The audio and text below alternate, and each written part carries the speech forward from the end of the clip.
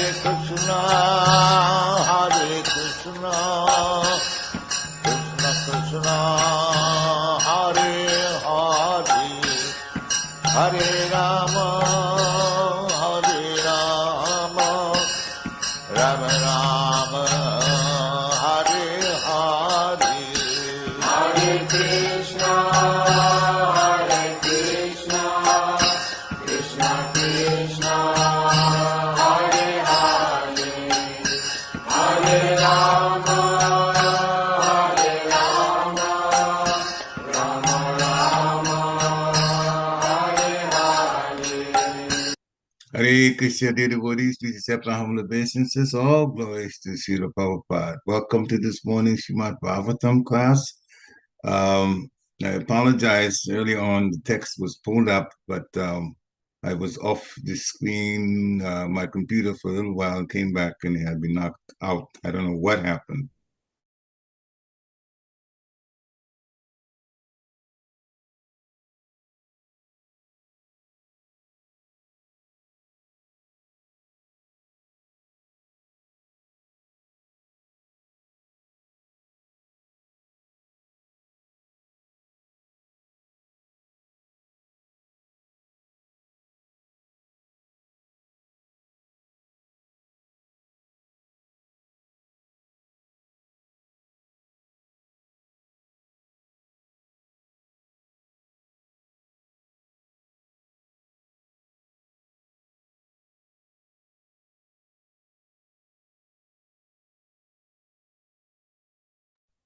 You are muted, Prabhu.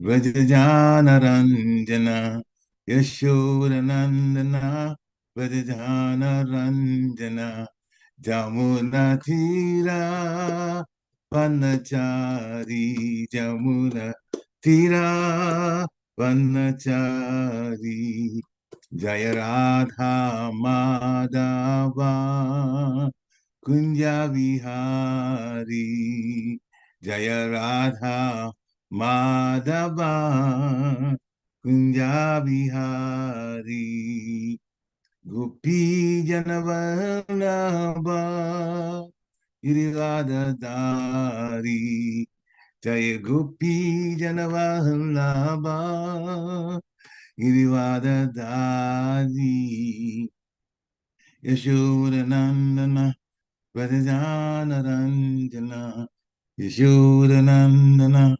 Vrajajanaranjana Jamunatira Vanachari Jamunatira Vanachari Jaya Radha Madhava Kunjavihari Jaya Radha Madhava Kunja Vihari Jaya Radha Madhava Kunja Vihari.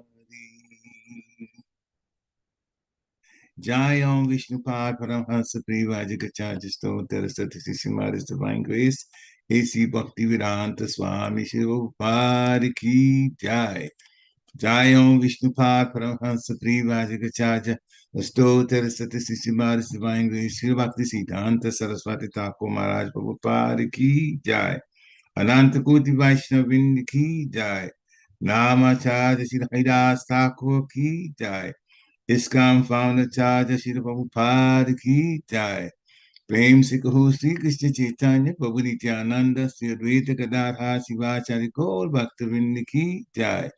Shri Shri Radha Krishna Gopa Gopinath Sham Kund Radha Kund Giri Govardhan Ki Jai. Vrindavan Dham Ki Jai. Mathura Dham Ki Jai. Navadvip Dham Ki Jai.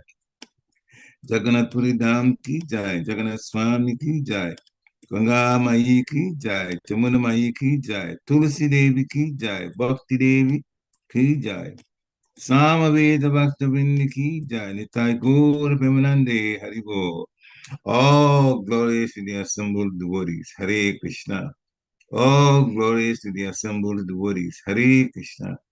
All glories to the assembled devotees, Hare Krishna. All glories to the lotus feet of Sri Sri Guru and Gauranga Parishira Prabhupada. Namo Vishnu Padaya Krishna Prasthaya Bhutale Srimati Bhakti Jira Swami Namo. Namaste Krishna Padaya Prabhupada Chitapani Sri Guru Karma Shakti Bhakti Family. By the way, thank you, Mother Gita, for prompting me about having to unmute. There was just, glitches here and there in the beginning, so all of those contributed to that. Anyway, Narayana Namaste Cha Namrunche Vam Narotamam Devim Sarasati Vyasam Tato Jayam Gudirayat Nashchaprayeswa Badrisu Nityam Bhagavata Sevaya Bhavadu Tamasloke Bhaktir Bhavati Naishiki Om Namo Bhagavate Vasudevaya Om Namo Bhagavate Vasudevaya Om Namo Bhagavate Vasudevaya. Hare Krishna. So, Srimad Bhagavatam, Canto 2, Chapter 3, Text 11. Etavani Vayajatam Iha Nishreya Shodaya Bhagavatya Chalo Bhavo Yad Bhagavata Sangatam Etavan Eva Yajatam Iha Nishreya Sodaya Bhagavatya Chalo Bhavo Yad Bhagavata Sangatam Etavan Eva Yajatam Iha Nishreya Sodaya Bhagavata Achalo Bhavo Yat Bhagavata Sangata. Hare Krishna. Please chant if you feel so inclined. एतावानेव यजताम् इह निःश्रेयसोदयः भगवत्यचलो भावो यद्भागवतसङ्गतः. Hare Krishna. Thank you, Mother. Anyone else? एतावानेव यजताम् इह निःश्रेयसोदयः भगवते चलो भावो यद्भागवतसङ्गतः.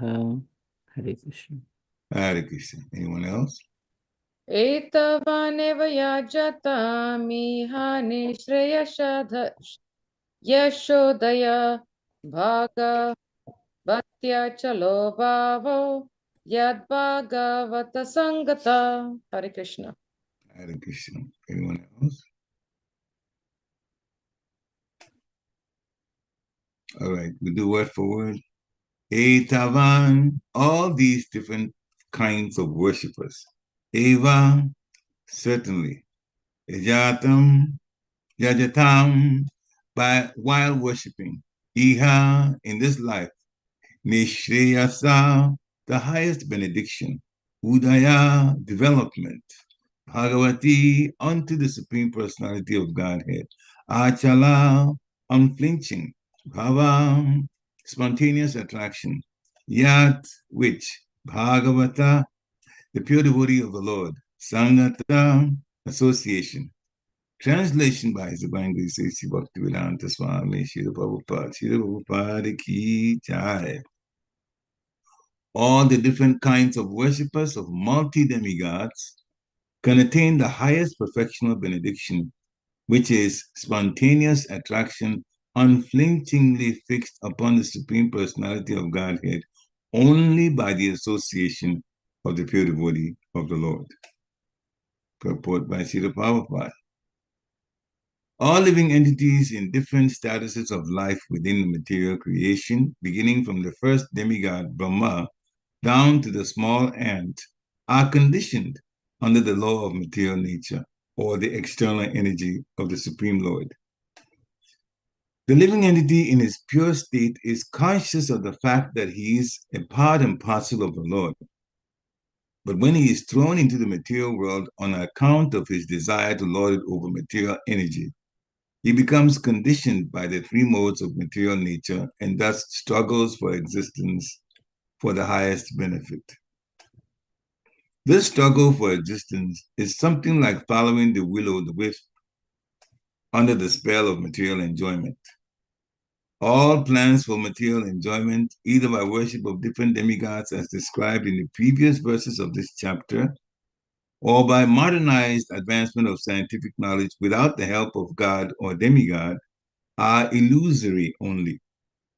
For despite all such plans for happiness, the conditioned living being within the compass of material creation can never solve the problems of life, namely birth, death, old age, and disease. The history of the universe is full of such plan makers, and many kings and emperors come and go, leaving a plan-making story only. But the prime problems of life remain unsolved despite all endeavors by such plan makers. Actually, human life is meant for making a solution to the problems of life. One can never solve such problems by satisfying the different demigods, by different modes of worship, or by so-called scientific advancement in knowledge without the help of God or the demigods. Apart from the gross materialists who care very little either for God or for the demigods, the Vedas recommend worship of different demigods for different benefits. And so the demigods are neither false nor imaginary. The demigods are as factual as we are, but they are much more powerful due to their being engaged in the direct service of the Lord in managing different departments in the universal government. The Bhagavad Gita affirms this, and the different planets of the demigods are mentioned there, including the one of the supreme, including the one of the supreme demigod, Lord Brahma. The gross materialists don't believe in the existence of God or the demigods, nor do they believe that different planets are dominated by different demigods. They are creating a great commotion about reaching the closest celestial body, Chandaloka, or the moon. But even after much mechanical research, they have only very scanty information of this moon. And in spite of much false advertisement for selling land on the moon, the puffed up scientists or gross materialists cannot live there. And what to speak of reaching other planets, the other planets, which they are unable even to count. However, the followers of the Vedas have a different method of acquiring knowledge. They accept the statements of the Vedic literatures as authority in total, as we have already discussed in Canto 1. And therefore, they have full and reasonable knowledge of God and demigods, and of their different residential planets situated within the compass of the material world and beyond the limit of the material sky. The most authentic Vedic literature accepted by great Indian acharyas like Shankara, Ramanuja, Madhva, Vishnu Swami, Nimbarka, and Chaitanya, and studied by all important personalities of the world, is the Bhagavad Gita, in which the worship of the demigods and their respective residential planets are mentioned. The Bhagavad Gita, chapter 9, text 25, affirms, Janti deva vrata devan pitri janti pitin vrataha. Bhutani janti bhuteja janti majjajino pimam. The worshippers of the demigods reach the respective planets of the demigods, and the worshippers of forefathers reach the planets of the forefathers. The gross materialist remains in the different material planets, but the devotees of the Lord reach the kingdom of God. We also have information from the Bhagavad Gita that all the planets within the material world, including Brahmaloka, are but temporarily situated, and after a fixed period, they are all annihilated.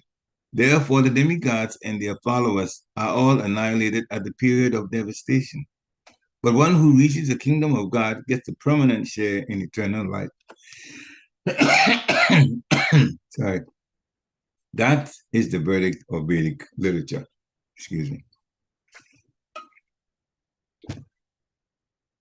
The worshippers of the demigods have one facility more than the unbelievers due to their being convinced of the Vedic version, by which they can get information of the benefit of worshiping the Supreme Lord in the association of the devotees of the Lord. The gross materialist, however, without any faith in the Vedic version, remains eternally in darkness, driven by a false conviction on the basis of imperfect experimental knowledge, or so-called material science, which can never reach into the realm of transcendental knowledge. Therefore, unless the gross materialists or the worshippers of the temporary demigods come in contact with the transcendentalists like the pure devotee of the Lord, their attempts are simply a waste of energy. Only by the grace of the divine personalities, the pure devotees of the Lord, can one achieve pure devotion, which is the highest perfection of human life. Only a pure devotee of the Lord can show one the right way of progressive life. Otherwise, both the materialistic way of life, without any information of God or the demigods, and the life engaged in the worship of demigods in pursuit of temporary material enjoyments are different phases of phantasmagoria. They are nicely explained in the Bhagavad Gita also, but the Bhagavad Gita can be understood in the association of pure devotees only, and not by interpretations of politicians or dry philosophical speculators. Oma Gyanatimirandasya Gyana Gyana Shalakaya Chakshu Umilitam Jena Tasma Shri Gurave Namaha Shri Chaitanya Manovistam Stapitam Jena Bhutale Swayam Rupa Kadamayam Dadati Swapadantika Nama Om Vishnu Padaya Krishna Prasthaya Bhutale Srimati Bhakti Vedanta Swami Niti Namini Namaste Saraswati Devi Gauravani Pacharini Nirvishesha Sunyavadi Paschatya Deshitani Jai Shri Krishna Chaitanya Prabhu Nityananda Shri Advaita Gadadhar Shivasari Gaur Bhaktivinoda Hare Krishna Krishna Krishna Hare Hare Hare Ram Ram Ram Hare Hare Hare Krishna Krishna Krishna Hare Hare Hare Ram Ram Ram Hare Hare Hare Krishna Krishna Krishna Hare Hare Hare Ram Ram Ram Hare Hare. So the English translation again. All the different kinds of worshippers of multi-demigods can attain the highest perfection of benediction, which is spontaneous attraction unflinchingly fixed upon the Supreme Personality of Godhead only by the association of the pure devotee of the Lord. Hare Krishna. This is such a true statement, and it's easily give an example in the case of Srila Prabhupada himself. Different kinds of worshippers of multi-demigods and even different kinds of religionists. Nobody could attach themselves, in a manner of speaking, unflinchingly on the Supreme Personality of Godhead until Srila Prabhupada came and told us about the Supreme Personality of Godhead. Prior to that, some of us that were in the religions, different religions, we knew of the messenger of God, the Son of God. What else? Who is God? Nobody knew. Nobody knew. And so Srila Prabhupada, sometimes in this interview by the press in America, he says, as answer to the question about what the ISKCON Society is about, he says, we are training people to know God, not only know God, but learn how to love Him. In our own experience, how in the world can we actually love someone we don't even know? Let's think about it for a moment.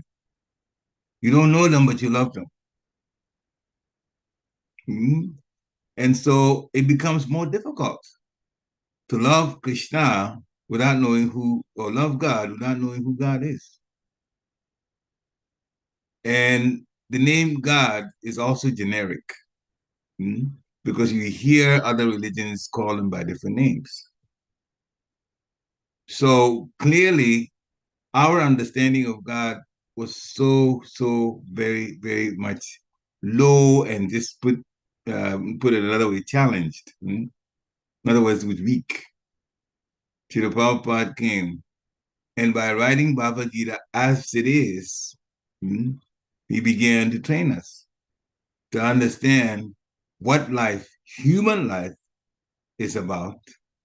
The fact that it's different from other living entities, and the aim of which human life is, and why we have such intelligence better than other living entities. It's not for getting more ideas about the material energy through science. It's about getting to know about God, because the other living entities in non-human bodies cannot do that. That's one thing the humans can do. But as you said earlier in the texts in this particular chapter, there are different kinds of people. There are people worshiping different kinds of demigods.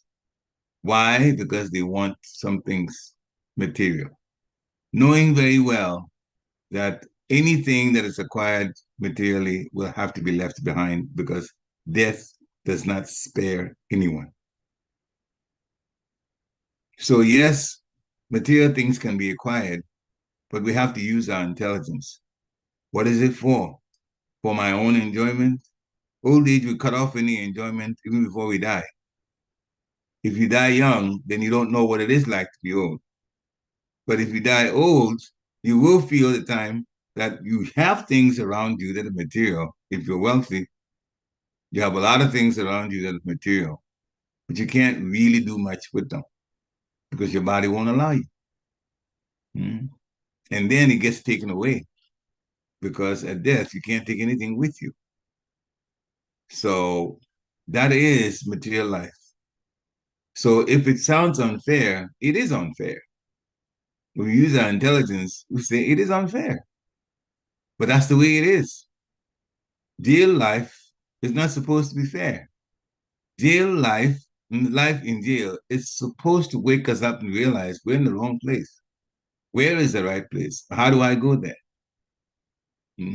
So rather than try to worship some demigod, and it's explained from this same chapter, text 2 to 7, a lot of them were given. And then there was more given later. But those who are wise will want to get out of this whole thing of acquiring things materially and fix our attraction on the Supreme Personality of Godhead. Learn to serve him and love him. And who can teach?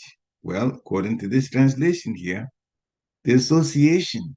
When we associate with the pure devotee of the Lord, the pure devotee of the Lord is always talking about Krishna, because they're always thinking about Krishna. And in such thoughts, they are able to give us so much information about the Supreme Personality of Godhead.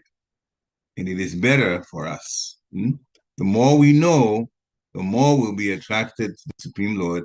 And when we are attracted to the Supreme Lord, we will ultimately become happy and also peaceful. And both are given in Bhagavad Gita. Bhaktaram yagyata prasam savaloka maheshwaram. Suhidam savabhutanam jatpamam santin vishtiti. That is the peace formula. Bhaktaram yagyata prasam. All of the sacrifices and austerities. Savaloka maheshwaram.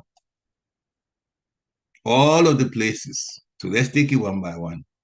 The Krishna, when we understand that the austerities and the sacrifices are for his benefit, we give it to the Lord. And somebody will say, but why?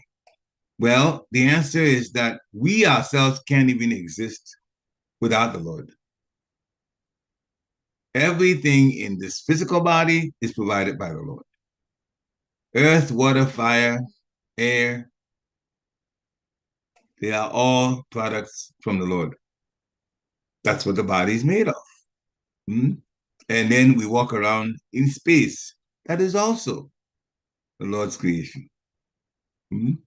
Directly or indirectly. As Vishnu, and then later on, Brahma. These have come to be. So his position is unique. Nobody can get to that position. Without God, there's the word existence can't even be. Nothing can exist or live, whichever way you want to put it, unless the Lord is there. Everything is from his energies. And therefore, from his energies also means from his will, how he's put things together. Therefore, if we want, the intelligent thing is to humble ourselves before the Lord. So when he says that sacrifices, austerities, give it to him as the benefactor, and he's the one that is actually responsible for our even living at all, whether we're in the spiritual world or the material world, it makes sense to do that. Sarvaloka Maheshwara, he is the controller of everything.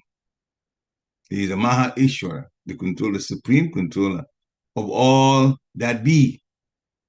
In Bhagavad Gita, another place, he says, the fools mock at me because I look like a human being. You don't understand the power, his power, Krishna's power, and the dominion that he has over all that be.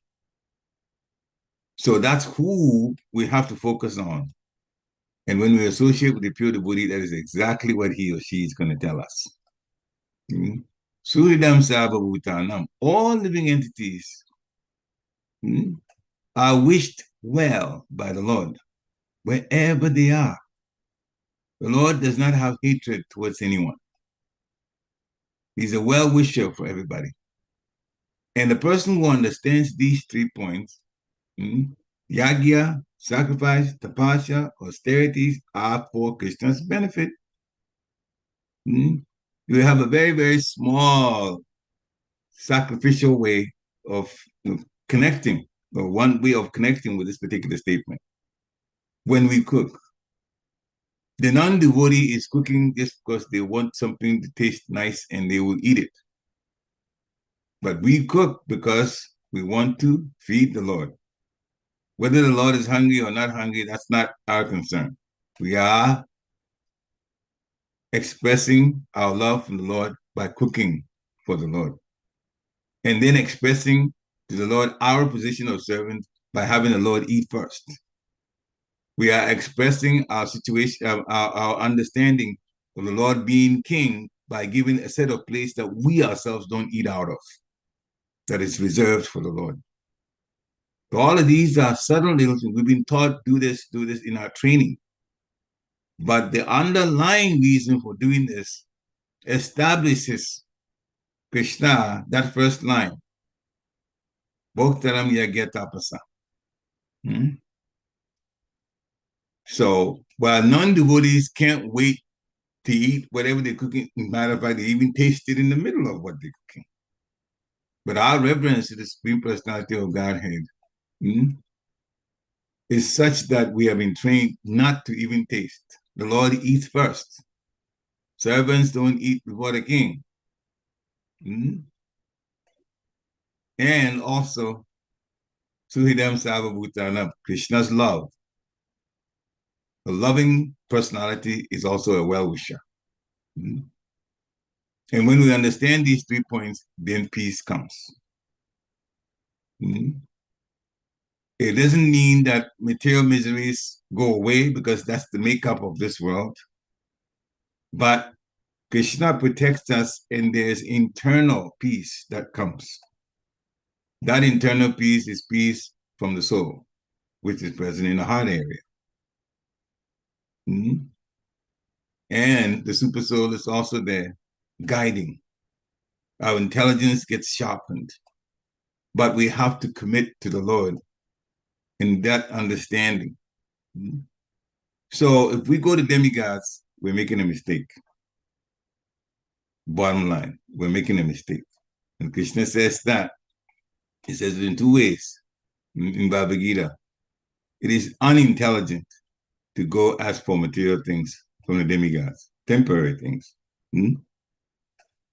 You cannot go anywhere near the spiritual world if you focus on demigods. Hmm? You go to the planet of the demigods. In the middle of the purport, Srila Prabhupada quoted it. Those who worship demigods, they'll go to demigods. Those who worship forefathers, they'll go to the planets of the forefathers. But those who worship the Lord, devotees of the Lord, serving the Lord, and serving the Lord's devotees, they will reach the kingdom of God. So that's the way it's planned. Those materialists, well, what the world is, they are materialists, they like material things, so they will remain in the material world. That's where they'll be. And the material world is a place of a little material enjoyment, a lot of material suffering. Our own nature is such that we don't like suffering, but the suffering comes anyway. So we have to get out. The better choice is to worship the Supreme Personality of Godhead according to his instruction. And he says, Man mana bhava mad bhakto, mad yajimam namaskuru. He says, Man mana, think of me, become my devotee. Offer obeisance to me. Offer obeisance to me. Think of me, become my devotee, offer obeisance to me, worship me. So offering obeisance is very important too. Never, sometimes this happens. And sometimes in the temple, time to offer obeisance. Some people offer obeisance. Some people don't offer obeisance. But it is, in fact, one of the things that we're supposed to do. And Krishna says that. Offer obeisance. You offer obeisance to the pure devotee of the Lord. You offer obeisance to the deity. Always. You should never let Maya give us some excuse, oh, I'm involved in this other thing, therefore. No. No. Offer obeisance is offer obeisance every time. So that way, Maya will not be able to ruin our devotional Kripa. It is a job to make sure that Krishna is not being bothered by those who are not serious. That is Maya's program. It does not want anyone who is not serious about Krishna consciousness bothering Krishna. And therefore, the tests are there. And he puts it in front of us. And she says, yes, what about this? What about that one? Are you going to transcend it? If you do, you get closer to the Lord. If not, then Krishna is not going to be bothered. So the revelation from Maya helps us to stay the course. Now, the instructions from the Shastra, that's from the Lord and the Lord's devotees. Or in different places, incarnations of the Supreme Personality of Godhead have also given instructions. In Bhagavad Gita, it's Krishna speaking to Arjuna. And we learn here in this text that those who worship demigods, they can also achieve the highest because they would come, if they come in contact with the pure devotee of the Lord. So we can't stress enough the importance of a pure devotee of the Lord. Srila Prabhupada spent very little time sleeping and a lot of time helping, traveling, helping devotees to have a better sense of what devotional life is about, and writing so many books with explanation of what we need to do in this whole bhakti process. The pure devotee of the Lord, his association on this earth, has given us so much that we can just go back and read and discuss and get a sense of what devotional life is about. So anyone who worships demigods or any religionist, everyone in that situation, by association with the pure devotee of the Lord, can have that change. I remember when I came to Krishna consciousness, 1990, 91, thereabouts, I think 90 summer, Washington, D.C.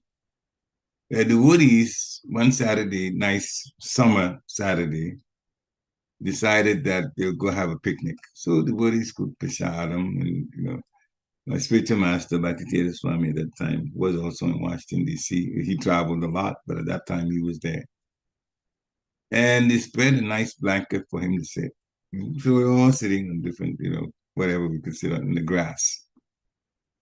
And one by one, you could go talk to him. We were very, very new now in Krishna consciousness. I was a bhakta.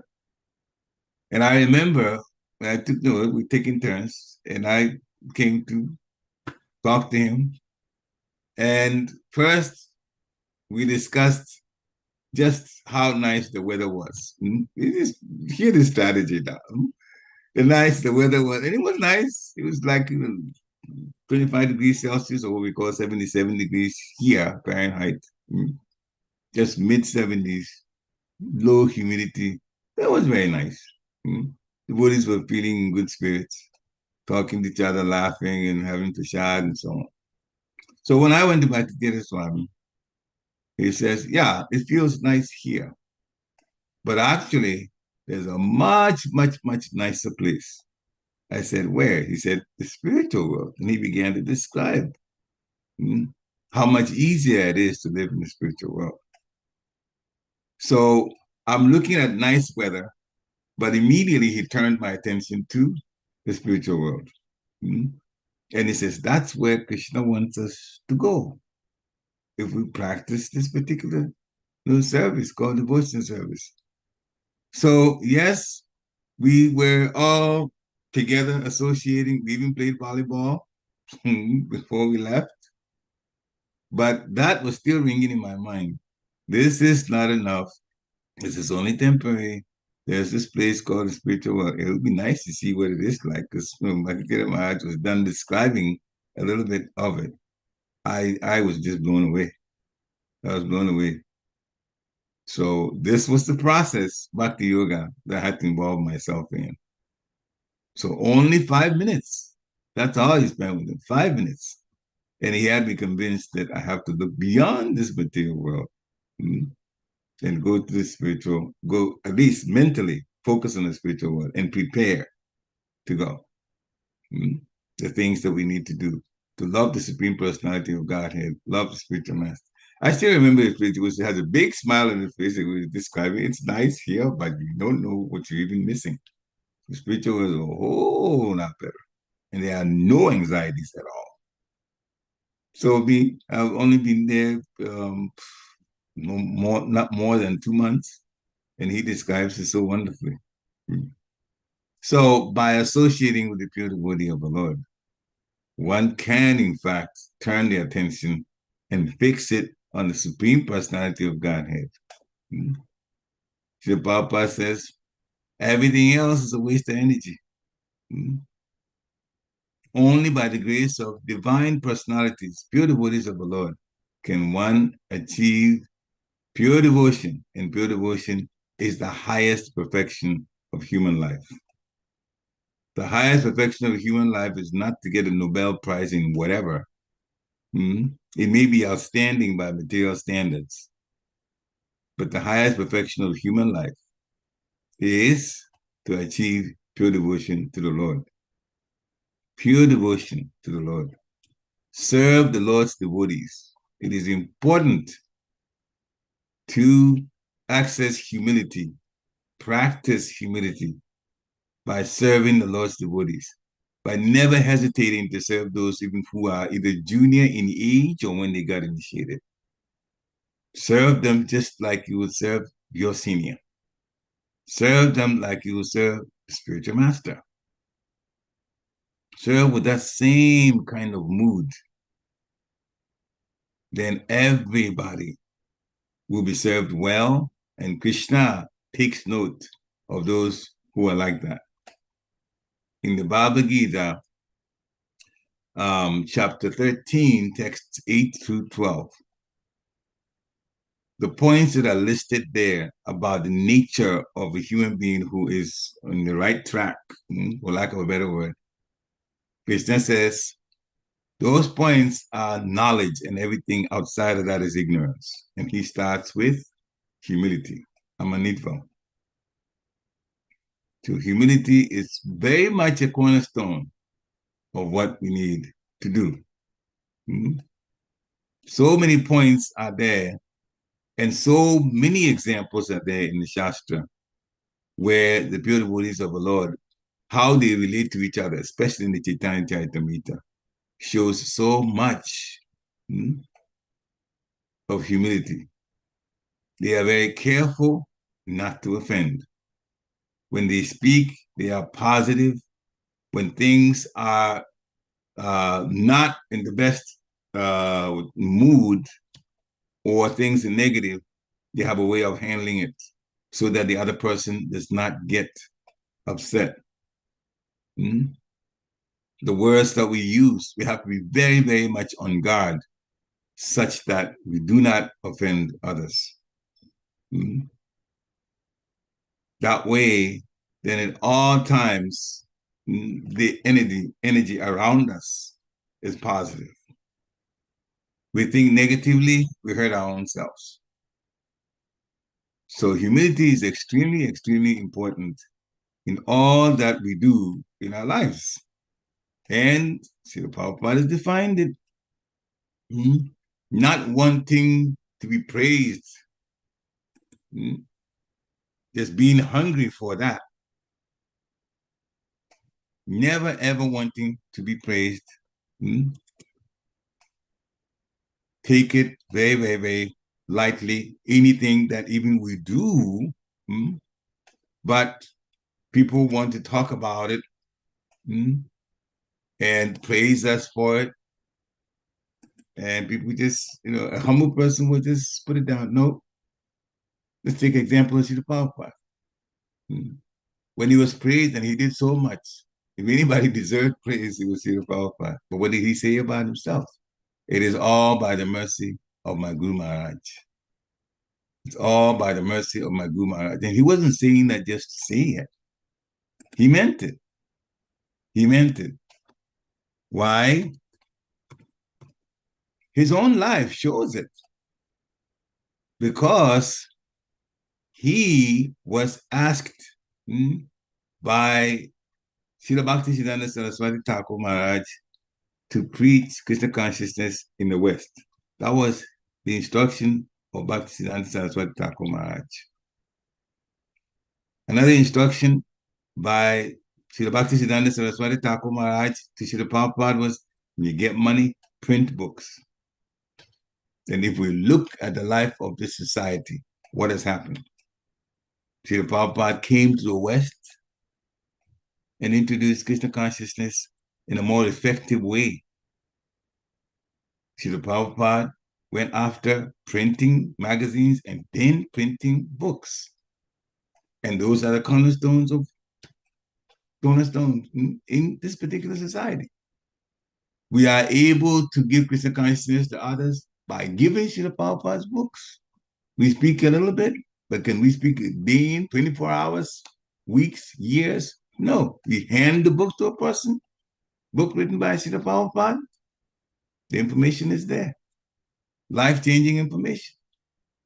So we are making it possible for the whole world to associate with Srila Prabhupada, pure devotee of the Lord, whether they worship demigods or not.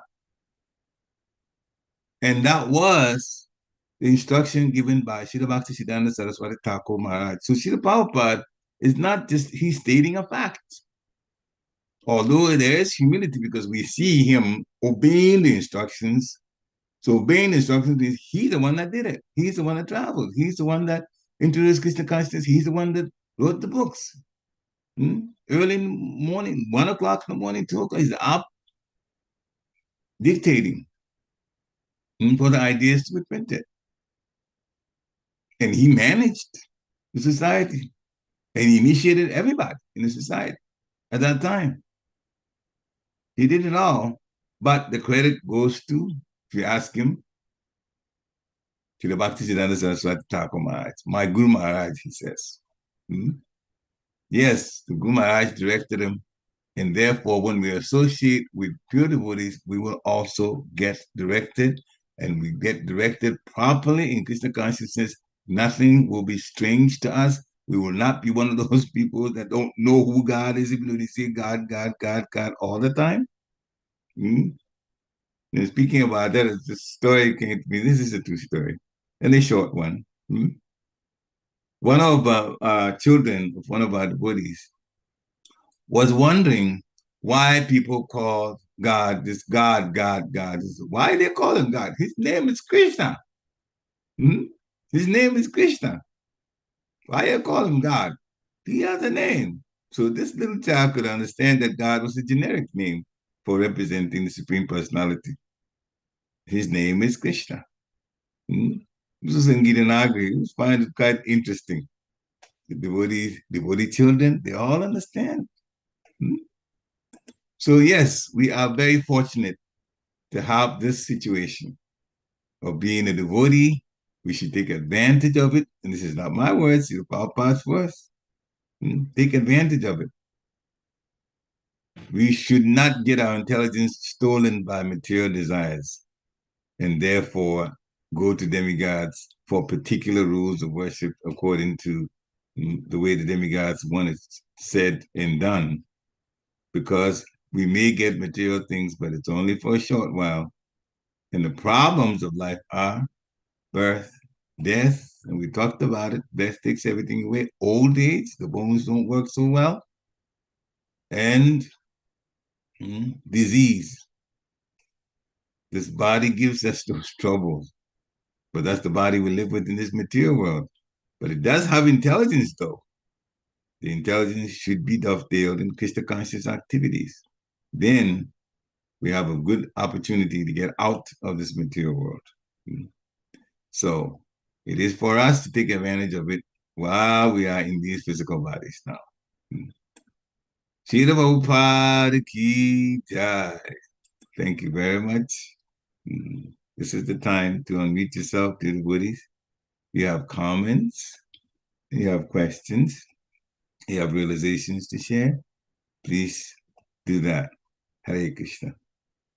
Hare Krishna Prabhu, please accept my humble obeisances. You can accept mine.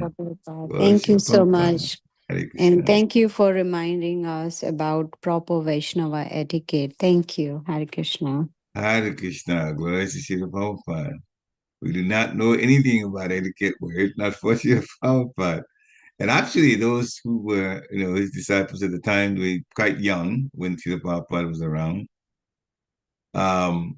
Many of them, if you hear their memory videos, they not only talked about what Srila Prabhupada said, but how he himself behaved, how he handled, even the movement of his body and the movement of his limbs, especially his hands.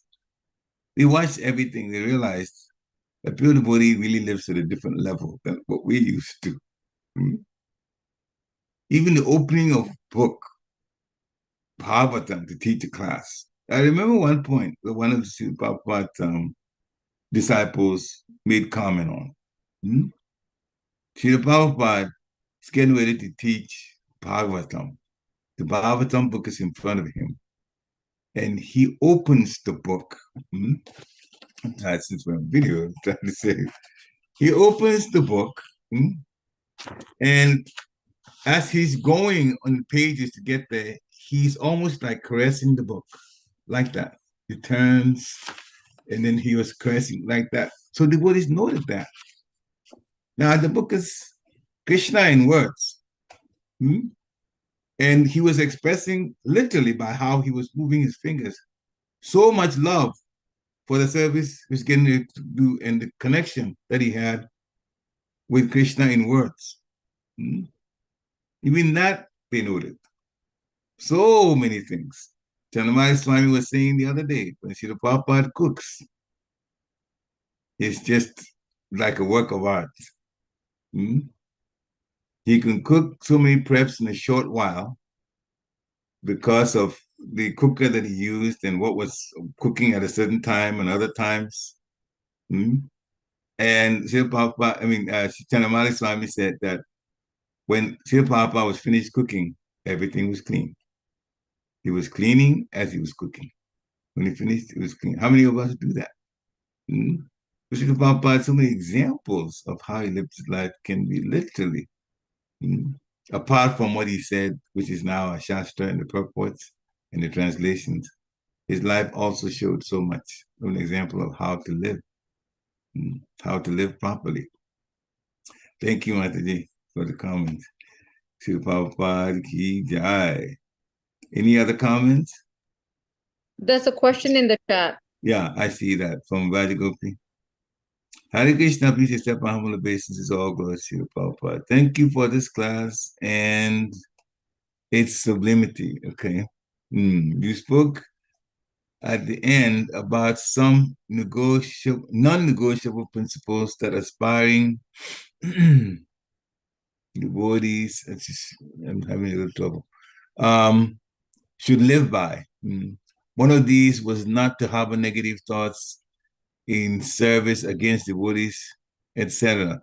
What should one do when they feel negative emotions, disappointment, frustration, sadness, etc., and handle them without suppressing emotions, which can lead to uncontrolled reactions or blow-ups later on if repeatedly suppressed over time? Is processing emotions, positive and negative, necessary? If so, how can healthy emotional processing be helpful to a person on the Krishna conscious path? So we've asked quite a few questions here. Right? We'll take them one by one. So we talked about some non-negotiation principles. He said that, and one of these was not to have negative thoughts. The reason we say not to harbor negative thoughts, and it doesn't mean that it will not come, but we don't dwell on them. We just recognize from our intelligence, or using our intelligence, that this is not something to stay in. Get away from it. Negative thoughts affect our mood, and depending on the age that we're at, it can also affect our health. When we are much younger, 20s, 30s, even sometimes 40s, we may think negatively and go on with our lives. But once you hit 50 and past it, the more intensely negative you think, the more sick we're going to be. It does, in fact, affect the physical body. Because at that time, the body is getting weaker. So then the things that, in the younger age, the body can tolerate and still go on. Now it doesn't do much good job tolerating. So keeping negative thoughts can wind up making us sick. Literally, physically sick. Now, devotees are at different levels of growth and purification. And because of that, there's higher natures there, based on what we've been taught from the Shastra and the lives of the pure devotees around us. And they are also lower nature. And for purification, the lower nature sometimes will come out. There will be periods of time that we will be associating, or we will be involved in a situation where somebody is acting negatively because of their lower nature. Should that affect us? Well, initially, it's not like we don't have emotions. So yeah, it can affect us. It can affect us, but there are ways to get rid of that type of negativity if it tries to overtake our minds and our emotions. One of the simplest way to do is to chant the holy name of the Lord. You go to the Lord through his holy name. You go to the Lord through his holy name.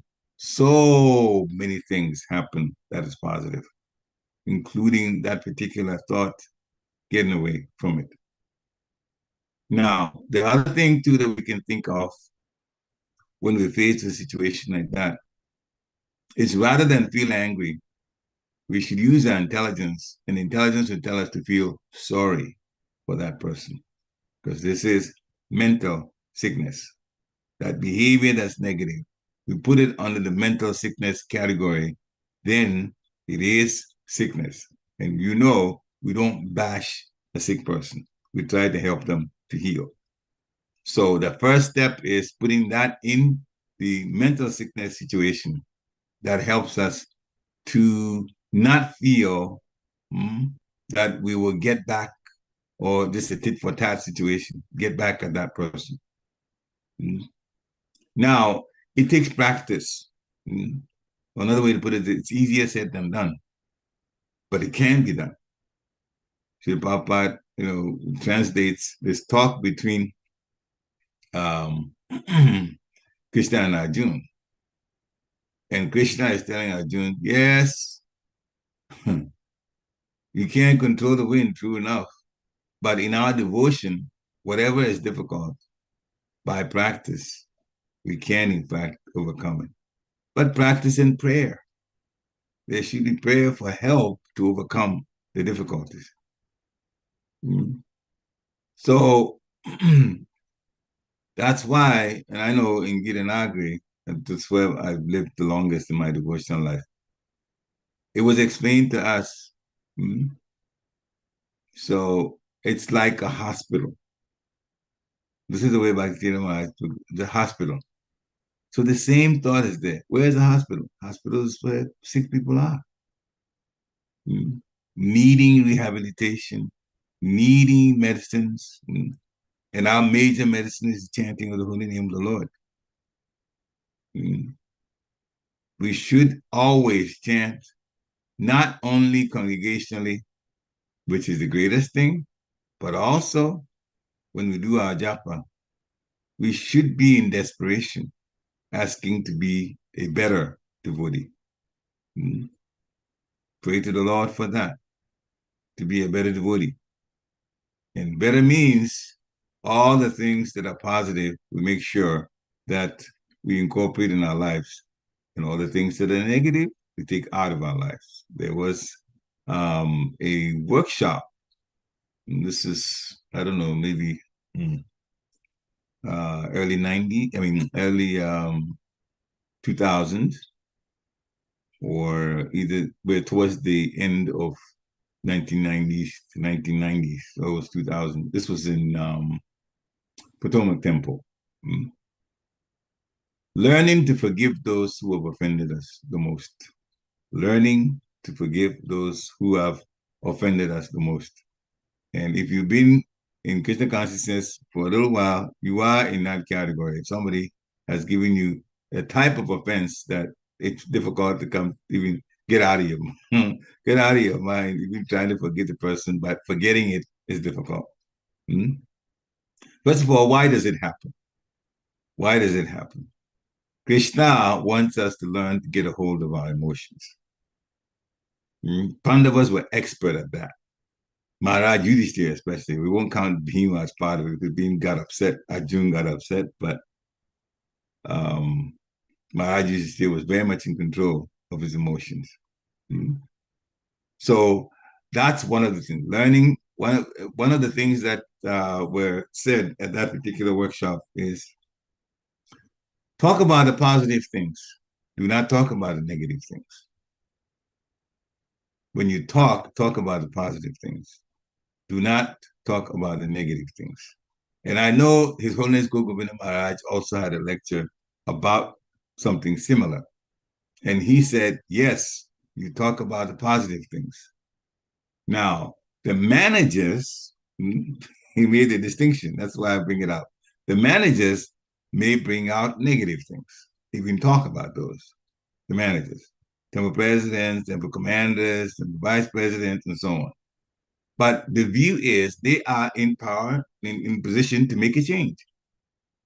So when the negative thing is talked about, it is followed by a change to make things better. Sometimes it means some sort of reprimand, some sort of punishment, but nothing to have to show some sort of tit for tat situation. Sometimes decisions have to be made so that the overall congregation doesn't get hurt by somebody's lower nature. And that it takes a manager to make that kind of decision. And the manager to make that kind of decision will have to come out and spell out that law of nature, describe it. And then with it comes what the manager takes, the action that the manager takes. It's not fun to be a manager. It's called a thankless job, right? To be managing in different parts of the DOMs around the world in this society.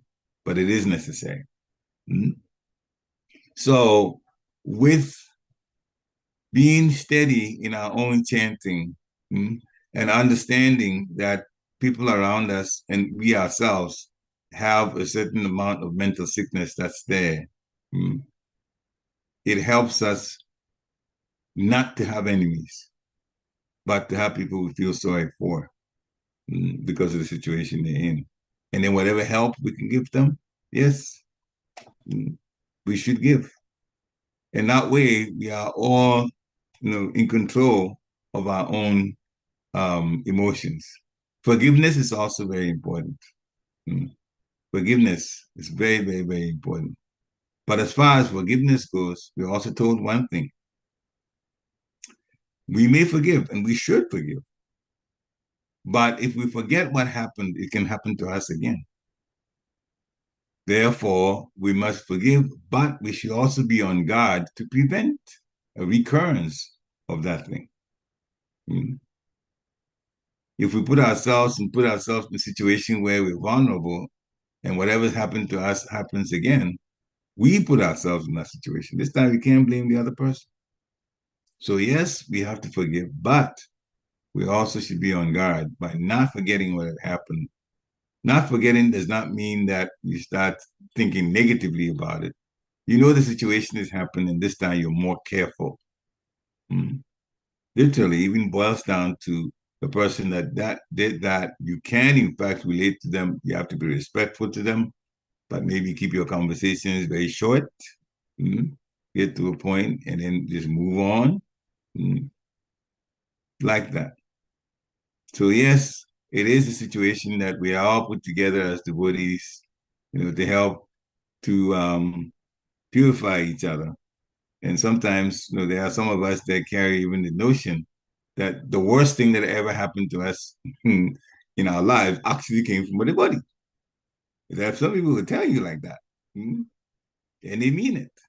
But still, it is in fact mental sickness. And the devotee that we look at that way actually has some qualities that non-devotees don't have. Non-devotees are not obeying the four regulated principles. Devotees are trying to do that. So that person is even taking steps to be a better person, even as a devotee, than non-devotees are. You remember that part. And that helps us to give them a break mentally. That, okay, so this is the weak side of that person. This is part of the mental sickness. Whatever I can do to help them, I should do, or at least I should be cautious around them. Very good set of questions. Hare Krishna. Any other last questions or comments? You got to be very, very, very careful. The last point I want to make. Oh, somebody wants to speak? Oh, I just wanted Yes, to yes. say that have a, of course, very, very powerful questions and very practical. But the way you explained it, I need to go and listen to it all over again. Oh. Thank you, Prabhu. Hare Krishna, goes. This is Bhakti Swami's workshop that I'm picking the points from, what is coming to my head. But yeah, okay, so glory to Guru and Guranga. Hare Krishna. It is important. Sometimes it's a shame that some people leave this society, this royal path of devotion, over what somebody else did to them. It's a big shame, but sometimes that happens. I've even heard one of our sannyasis talk about the fact that ISKCON actually, the negative things that we did, the mistakes caused, a group of devotees who were Prabhupada disciples who were connected to Srila Prabhupada to actually remove themselves from ISKCON and be a separate entity, worshiping Srila Prabhupada, dealing with Srila Prabhupada separately. They call them Ritviks. By the way, and let me speak about that just for a minute or so. In Srila Prabhupada's Lilamrita, he mentioned that. He mentioned that. There were some devotees. I still remember a little bit about this situation. He was in Hawaii. Srila Prabhupada traveled to Hawaii to the temple there. Mm-hmm. And some of his disciples came to see him. But people could go to his room when he's given the room for the temple for the night. People do see him. And that's why he was translating like 1 o'clock in the morning and so on. So daytime he gave to devotees. So 2 or 3 devotees came to see him. And they said that they were disappointed with some of the decisions made by the management. And they were to the point where they didn't feel like being under that management anymore. So they're going to serve Srila Prabhupada, but their own way, away from the management. Srila Prabhupada got angry. That was his first emotion. He got angry with them. And then he said, why would you leave the society over something like this? I'm kind of paraphrasing. He was not in favor of that at all. So Srila Prabhupada is not in favor of Ritvic philosophy or Ritvic different movement outside of ISKCON. He said in another lecture, there will be challenges. You should just adjust. Don't go away from the society. He said it twice. Don't go away. Don't go away. There will be problems. You should adjust. He used the word adjust. So the society is for us. And I know the disciples of Bhakti Swami at some point put a rule in his initiation that the 5th principle, you have 4 principles, then you're vowing to obey the regulated principles, which are 4, but then it puts one more principle. You vow that you will never leave ISKCON. Srila Prabhupada did not want anybody leaving ISKCON. So this is our society, he said, with his sweat, his blood, everything. We distribute books of him because the consciousness is spread to the whole world because of him and because of the society. So we stay in and make it better. We all have, lower nature, so things will happen. We just stay inside, fix it, make it better. And Bhakti Swami says, when we fix things in ISKCON, the society becomes stronger, not weaker, stronger. Hare Krishna. Jai.